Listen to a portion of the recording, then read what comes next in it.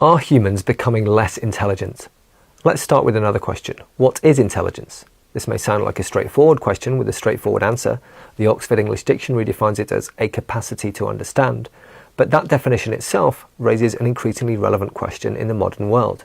What happens if the extent to which we can practically apply that capacity is diminishing? Evidence is mounting that something exactly like this has been happening to the human intellect over the past decade or so. Nobody would argue that the fundamental biology of the human brain has changed in that time span, but across a range of tests, the average person's ability to reason and solve novel problems appears to have peaked in the early 2010s and has been declining ever since. Some of the stats here are eye-opening.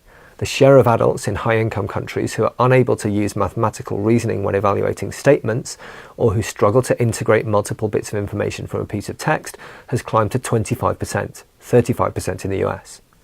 For such an important topic, there's remarkably little long-term data on attention spans, focus, and so on.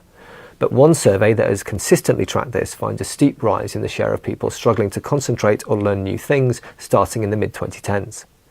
This turning point is noteworthy because it coincides with another broader development, the changing relationship between our brains and information. The way we used smartphones and social media in the early 2010s was different to today. Usage was largely active, self-directed. You are still engaging your brain.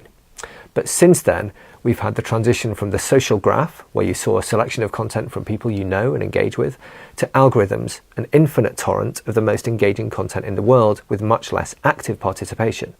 We've had the shift from articles, longer material that requires the reader to synthesize, make inferences and reflect, to short, self-contained posts where everything is pre-packaged in a few sentences, no critical thought required.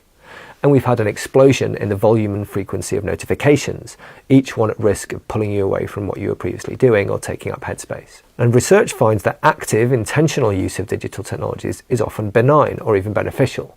But this passive use and interruptions have been linked to negative impacts on everything from our ability to process verbal information to our working memory and self-regulation. Now, the good news is that underlying human intellectual capacity is surely undimmed. But outcomes are a function of both potential and execution, and for too many of us, the digital environment seems to be hampering the latter.